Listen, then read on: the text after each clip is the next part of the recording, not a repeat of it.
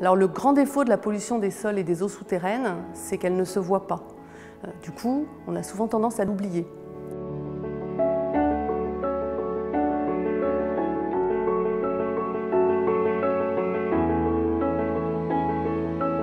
Du fait de l'étalement urbain, la plupart de ces sites qui se trouvaient autrefois en périphérie des villes sont maintenant inclus dans le tissu urbain et font l'objet de reconversions pour des usages souvent résidentiels.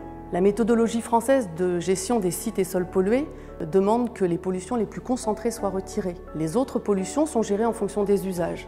Ainsi, la dépollution d'un sol destiné à un usage résidentiel sera plus poussée que celle d'un site destiné à un usage industriel ou que celle d'un secteur voué à l'aménagement d'espaces verts.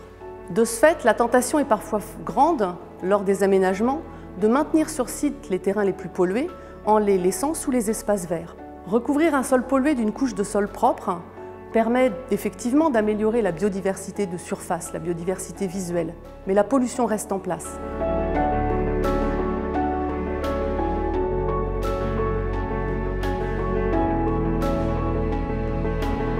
En revanche, il faut rester réaliste. Sur un site anciennement industriel, il est rare qu'on revienne à une nature de sol apte à faire des cultures potagères.